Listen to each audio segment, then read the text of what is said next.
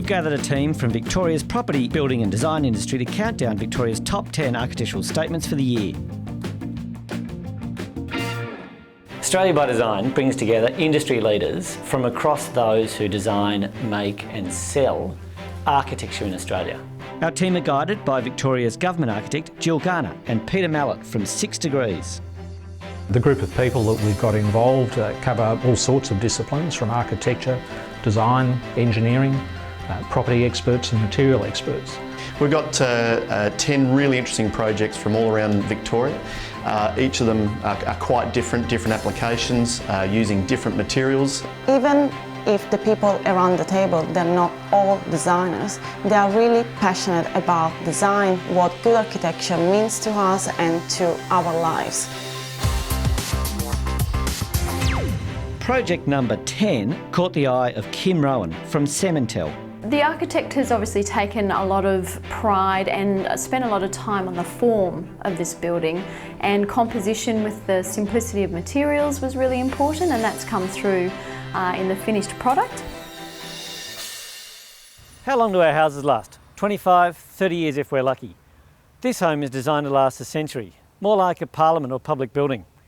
From the street it offers very little. Inside it's a different story.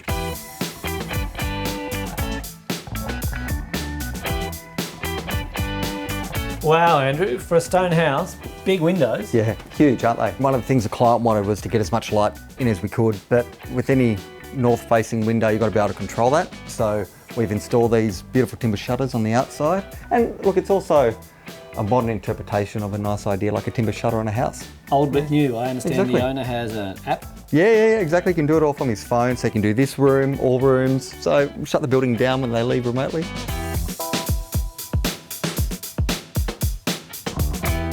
Come and have a look at this. Oh wow, it's their own little Zen garden with something else. Yeah, exactly. You've got Right. a shower out here. Being protected, from the wind, you can use it pretty much all year round. So do they use it much? Yeah, they do. They use it loads. They sort of feel like it's a resort when they're here. And we've also got the lovely granite as well. Now, quite often when you're inside a house, you look out, you never really get to see the beautiful finish on the outside. So we use this opportunity to bring the granite inside so we get to look at it. You know we can't have enough granite. No, you can't.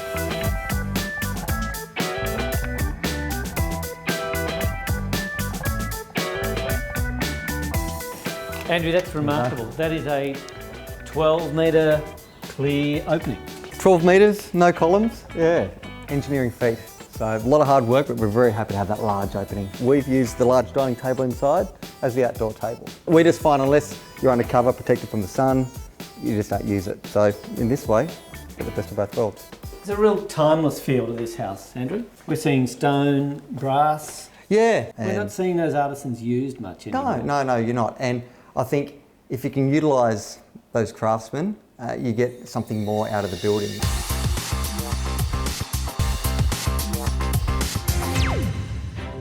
Number 9 was recognised by Brett McKay from McKay Timber as a unique piece of Phillip Island architecture. Yeah, the room was divided because you got the old with the new, but when you actually got inside the building, you can actually see the effort they'd put in.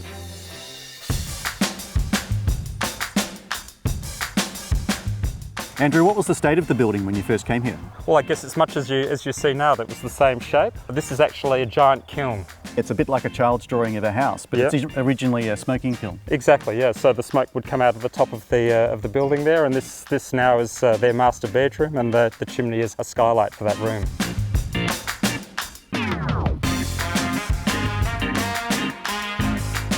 Tiziana, what is it you like about this kitchen? Well, what I like is that everything is in the right place, and if it's not, I can move things around. Move it around. Yeah, let me show you. Ah, okay. Does anything else move? Yes, the door unit over there moves, and so do the stairs. I wondered about the stair because the stair's in an unusual location, so you can actually... Yep, you can flip it around or you can move it totally out of the space. We really love the Japanese idea of flexible space. So Charles, I love the three-dimensional volume of this space. And over here is the studio. This feels like where all the thinking's done. Certainly a lot of thinking came from exactly this spot in the years leading up to the eventual project work. Looking up at these ceilings, the timber finishes have a sort of inscription in them. They're basically a series of nested drawings that my father did of all the houses that he lived in. I was working with him making those drawings in the last years of his life. They're really inscriptions of memories. Yeah, that's right. Yeah, spot on. Beautiful.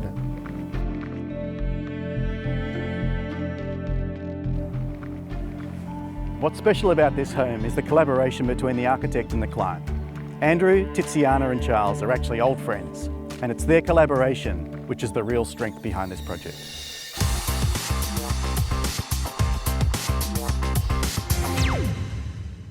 We've gathered the cream of Victoria's property, building and design industry to count down the state's top 10 architectural statements for the year. Heading up the judging is Matthew Lloyd from Lysart and Ken Slattery from Cement, Concrete and Aggregates Australia. The value really comes from the different perspectives that are brought to bear. It's not all about architectural discipline, it's also about how projects actually work and how they look and how it makes people feel. The process so far is really interesting. We've got some great projects that have been submitted, some interesting people from different parts of our industry around the table, some exceptional knowledge. Number 8 was a favourite of Phil Gardner from structural engineering firm Irwin Consult. This was a great response to a challenging site. Getting a design that works on a 4 to 5 metre wide site that still provides circulation over 2 levels and provides adequate living spaces for a family. It's been done well. It's a great colour palette, quite simple. It's quite a simple design. It sits in a row of old cottages, and the others are quite traditional working cottages, and this one stands out as something different and modern. When the humble workers' cottage first came on the scene, hot water was boiled in front of the fireplace. A lot's changed since then. So can small homes still work for our bigger lifestyles?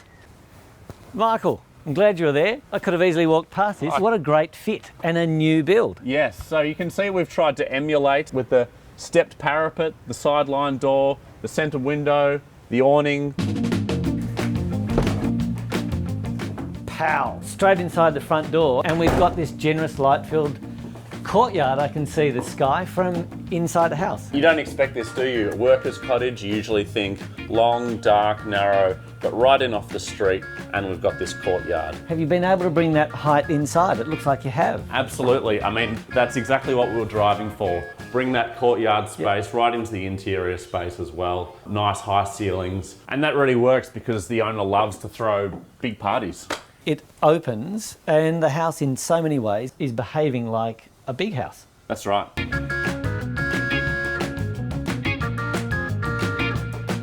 And this is what we think of as the black box.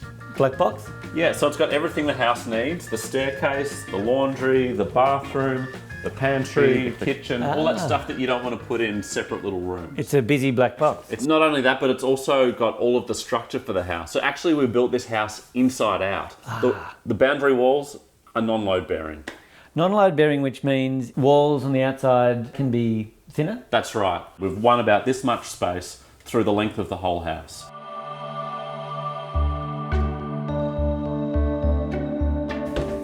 So we may be in the black box, but we're flooded with natural daylight with a giant skylight. And you've introduced a new material. Yeah, we thought moving up into the bedrooms that we needed a warmer material palette, so we've got this recycled spotted gum. Black box Mark II, got the bathroom with another skylight, and then moving on through to the bedrooms, we wanted to keep everything really open plan, but of course sometimes you need that privacy, so this door pops out of the black box and closes it seamlessly. Fantastic. No door frame, no door to get in the way. Again, you've stolen space. That's it. More than a century after we first saw the humble workers' cottage, the idea still works. So can we still live big lives on small sites? This project says we can. We might just need to turn our thinking inside out.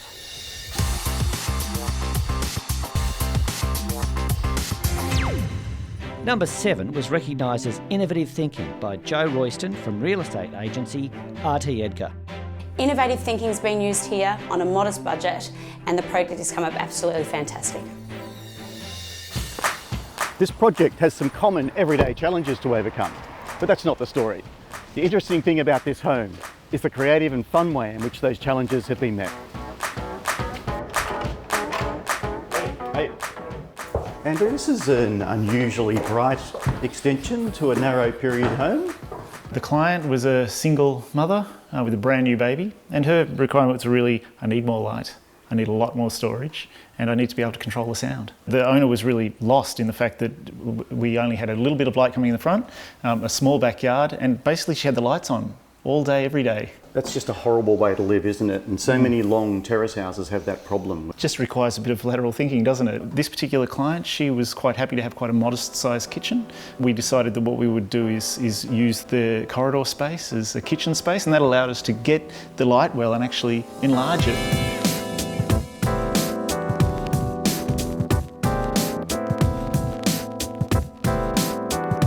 Andrew, this stair's made of a very interesting material. Yeah, this is perforated metal, and we use this for two main reasons. Number one, to share lots of light between the two spaces, but also for sound, so people actually talk to each other. The idea is instead of having young kids and they're always screaming down for a sandwich or a glass of milk down the stairs, they can actually talk through. Great job. It's like walking on a cloud. And Andrew, this bar. Yeah, I know, right? It's like a big yellow blob of fiberglass. Well, that's exactly what it is. The builder actually made this. And Louis, this 5-year-old kid now can just splash water everywhere and it will all just hit the sides and scoop down into one place. Andrew, you mentioned storage. Yeah, well, this is only a 6 metre wide block. So the generic sort of solution is to just add a whole heap of storage on one side. And if you've got kids, all you're ever doing is chucking it on the floor, pulling Constantly. it out. Yeah, and you've always got to pick it up and put it away. So what we decided to do was to actually make the floor the storage space. So we've got these little babies in here. Check that out. And then so they're just full of stuff, everyday stuff, and lots of toys. So Louis is constantly picking up the toys instead of you picking them up. The great thing about storage in this way is that if the bell rings, the front door, and you suddenly have visitors, everything just falls back into the floor. You don't have to put it away. So we can quickly throw it in here and then go jump on the couch, and the house that tidies itself. Fantastic. Come on in.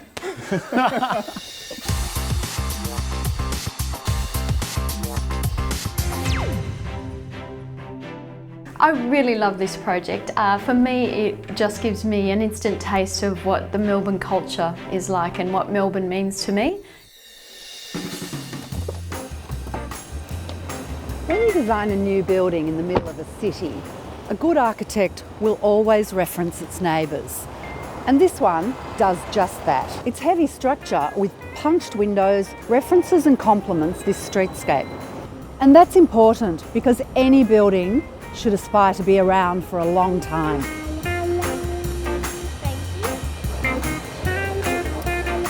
But inside, it's not so much about a long time, it's more about a good time. Your title, Nick, Creative Director, it's very theatrical. As a role of an interior designer, we're also involved in putting forward the DNA of the QT brand, and that is about theatre, it's about music, it's about fashion, it's about good food and drink, it's about socialising, it's about flirtation, and it's about providing a stage on which people can play in the city. This artwork is beautiful. It's a real feature, a real centre point for not only the staircase but for the hotel lobby. So Nick, flirtation. The wallpaper in the distance here, it looks like a traditional French toile, but when you get up close, there's actually a little bit of naughty action going on.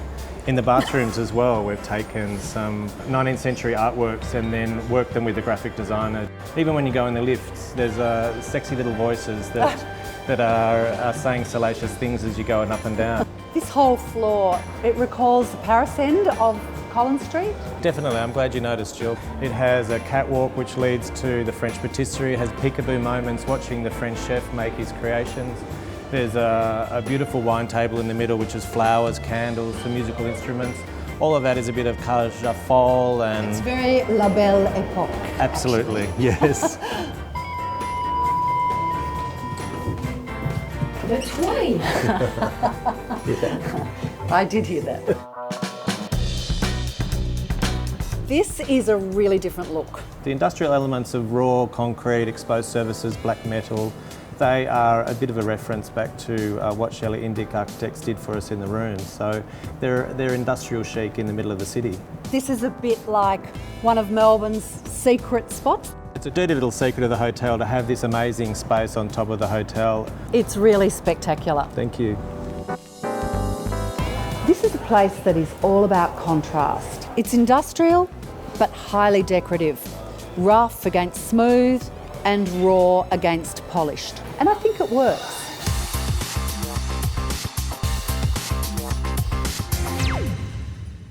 Our team of property, building and design industry leaders are counting down the top 10 architectural statements in Victoria for the year.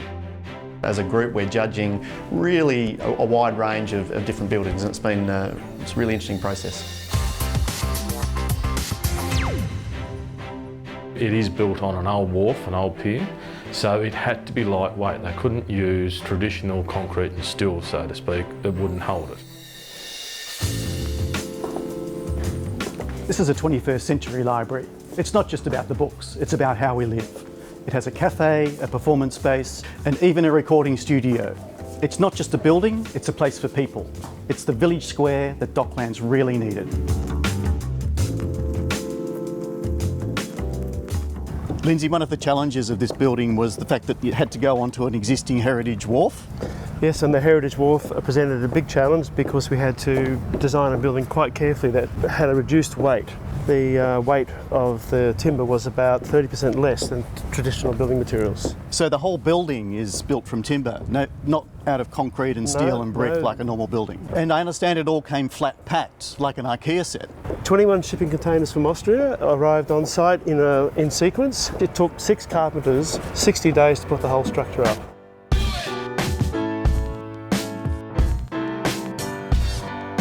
Environmental concerns were a large part of the council's brief to the architect. And do you feel like that's been achieved? We've exceeded our expectations with this building. I love it when a client says that. It's important for us to set a benchmark for the future. Take this space, for example. It's a naturally ventilated space. It feels beautifully fresh and clean, Ian. What happens when the weather goes bad? The louvers automatically close. Great. And what is the overall energy outcome? It saves a substantial amount of energy, in the order of 50%. Half the energy of a conventional building. That's a fantastic outcome.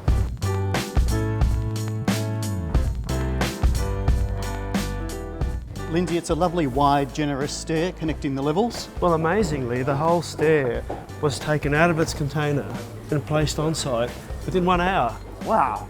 And we can see the joints, we can see the thickness of the timber. It's got a lovely tactile, authentic feel. Well, we really wanted people to understand how the building was made. And from here, I can really get a strong sense of the timber structure of the building. We know in high winds it even creaks like an old boat. Fantastic. So Docklands.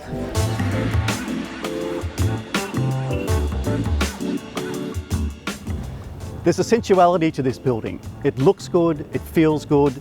All the timber inside even makes it smell good. And I love how simple and exposed the structure is. This really is a public building we can all be proud of.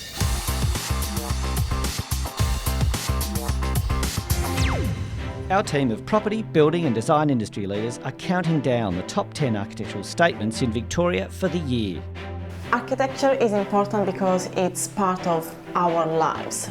It's part of our city. It forms our environment. Number 4 is a Southern Coast masterpiece. Lots of fantastic features with this particular property. It's a very complex build, so the architect has certainly done extremely well here. All along the southern coastline of Australia, the challenge is to look both ways. South to the Grand Theatre of the Great Southern Ocean, and north towards the sun. This house does both.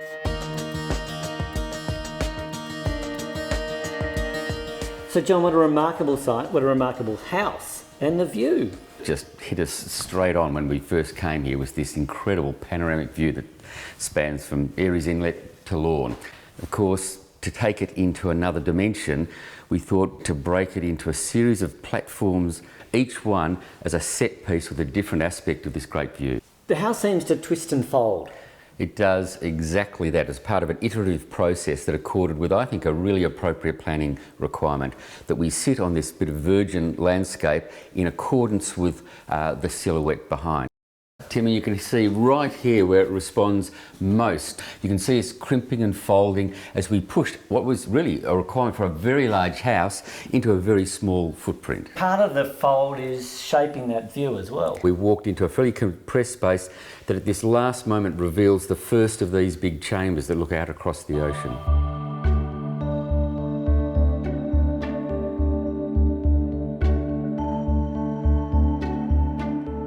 So at the centre of the house, John, you've got a north-facing courtyard capturing that sun.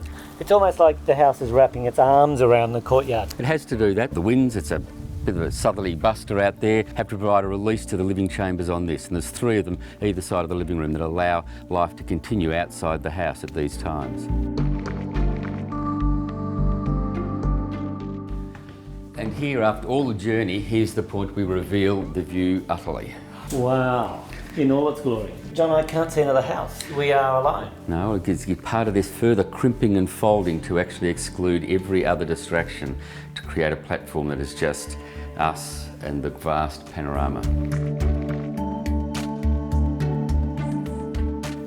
This home feels less like a house than a fine piece of cabinetry. It reminds us that our own homes don't need to be the square boxes they've always been. Number 3 was a wild card and a favourite of landscape architect Kirsten Bauer from Aspect Studios. It's like this sort of animal going through the park, you know what I mean? So it's got these people talking about dinosaur legs or giraffe heads as light. So in a way it's very elegant, and if it wasn't done by an architect, it probably wouldn't have been as a beautiful bridge.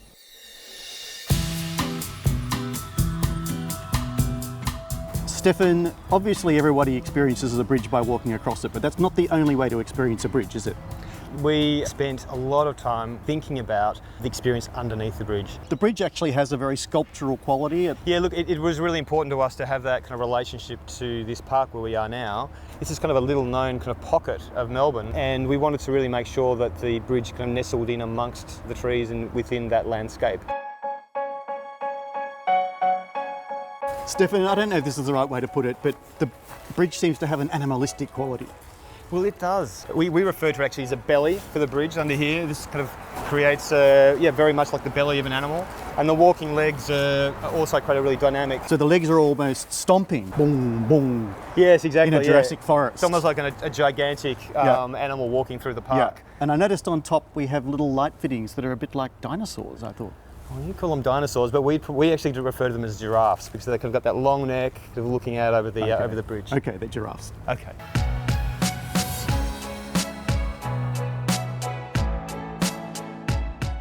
Stefan, this part of the bridge feels a little bit like a balcony. Well, that was very much the intention, Peter, and it's to look across this piece of Melbourne's history, our Speaker's Corner, where people would gather since the end of the 19th century to talk about the issues of the day. That stitches the bridge and the design of the bridge directly into the history of the site.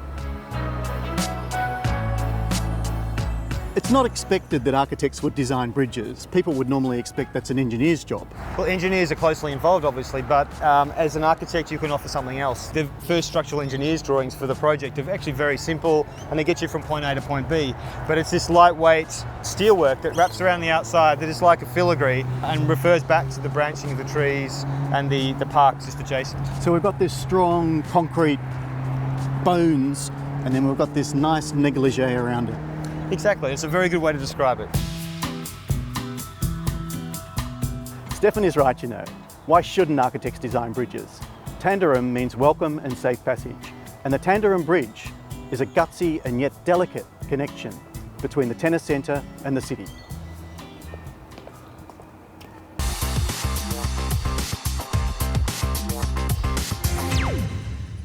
Our select group of industry leaders are counting down the top 10 architectural statements for the year in Victoria. All of us own architecture in some way. We buy it, we sell it, we live in it, we go to school in it. Architects aren't just doing houses, they're not just doing standard buildings, they're working across a whole broad range of projects. Judita DeSantis from Caden Property Group hosted the judging day at Caden's headquarters and was wowed by number 2. The detailing, it's so precise, and the combination of the materials, of the timber, of the zinc roof, of the concrete wall is just phenomenal. When we think about agricultural buildings, we think about simple, robust structures where we don't care too much about the fine detail. This project has an attention to detail that you'd normally find in a home or a gallery.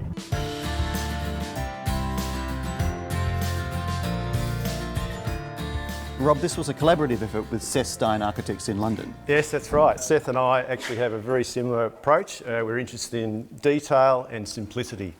And we love this curve. Yeah, the curve's quite deliberate, not only for the framing aspect, but also so the horses in the stalls can actually focus out the activity in the arena. Very limited palette of materials. We dealt with timber, this Tassie oak and spotted gum, rammed earth and a zinc roof. I love this recessed door handle. Yeah, well, I'm actually an industrial designer as well, so this level of detail really fascinates me. It's a bit like an old Land Rover door handle. The whole flush finish is impeccably detailed. It's really way beyond the quality you normally see in a farm building. The rammed earth's an interesting choice. It's a material that's normally found in high-end housing.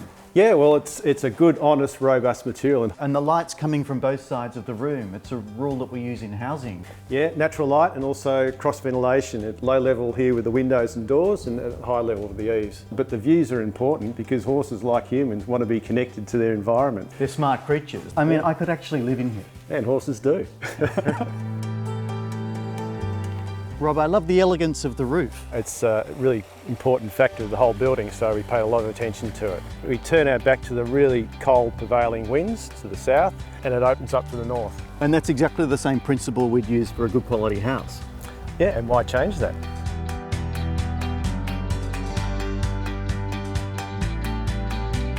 Carolyn, how does this facility work for you? It works well. It's got everything we wanted. But it's not just functional, is it? Like It's beautiful to look It's a at. beautiful building. Yeah, I mean, I love it. Whenever I arrive and I see it at the end of the drive, you know, my heart jumps because it's beautiful. There's no great buildings without great clients, and I think you should be congratulated. Thank you very much. Caroline, the client, clearly understands the value of quality and aesthetics. Working with her architects, this has resulted in a functional and beautiful building.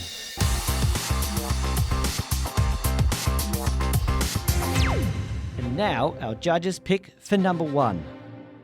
Well, this was a bit of a natural winner, I think, and the panel were really very clear on this being the leading project. The group was enthusiastic about such a prestigious project being built here in Victoria. Internationally renowned architect, and it's really brought a skill set and a style to Melbourne that's really resonated with the group. I like the materials that have been used in this project. I think it's a limited palette, but it works beautifully. The Andre Casillas house in Camberwell is really a world-class piece of architecture.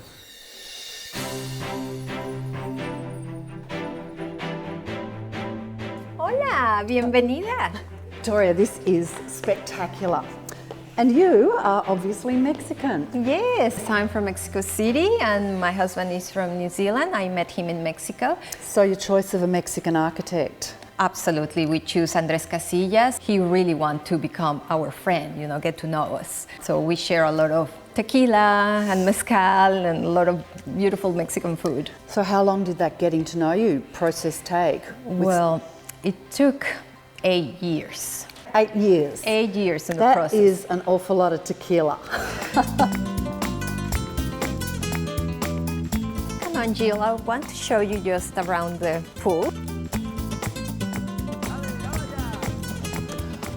So this is what's hidden around the corner. I love these architectural surprises. And we are actually standing on some Mexican volcanic stone that we brought from Mexico. You're kidding, you brought this all the way from Mexico? Yes, we brought a lot of things from Mexico for our house, just like the pots you saw before. Yeah, the big terracotta pots. Tequila pots. They're actually That would be tequila right? pots. Yes.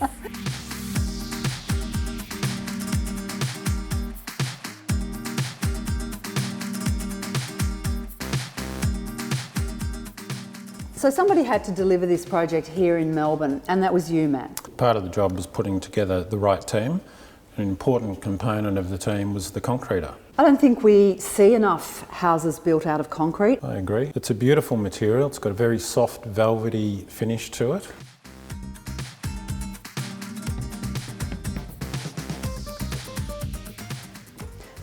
So Matt, this space up here is really quite unusual. It's got a real sense of compression. Yeah. I can actually touch the ceiling. Yeah. And look, that was an intended part of the architecture.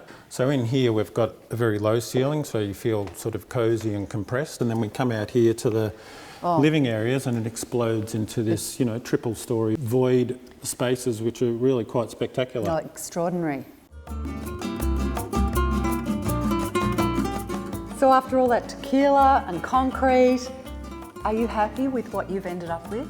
Definitely, yes. I feel we have Mexico in our home every day.